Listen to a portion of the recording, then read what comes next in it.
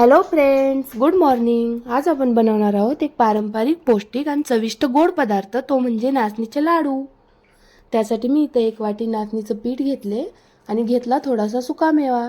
त्यामध्ये अक्रोड, बदाम, थोडेसे खजूर, पांढरे आणि काळे किशमिश आणि घेतले थोडेसे काजू. कढईमध्ये 1 चमचा साजूक तूप घालून नाचणीचे पीठ मस्त खमंग भाजून घ्यायचे.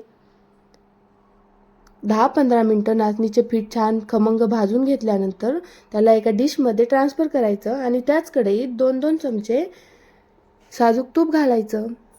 त्यामध्ये सगळे सुकामेवा म्हणजे काजू, बदाम, अक्रोड, खजूर, किशमिश छान 2-2 मिनटं परतून घ्यायचं. लहानांपासून मोठ्यांपर्यंत सगळ्यांना आवडणारे आणि आरोग्यदायी घटकांनी भरलेले हे लाडू फक्त चवीलाच उत्तम नाही तर तुमच्या शरीरासाठी खूप फायदेशीर आहेत.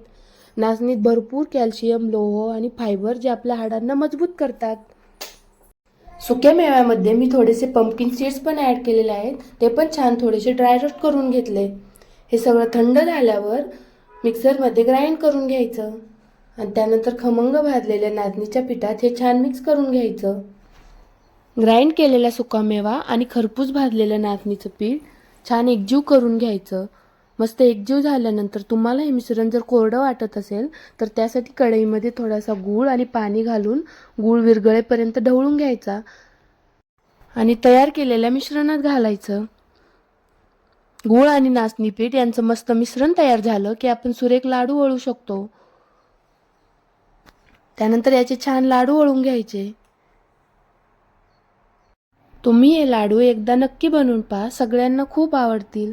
तुम्हाला ही रेसिपी आवडली असेल तर चॅनलला लाईक, शेअर, सबस्क्राईब जरूर करा. थँक्यू. Bye bye.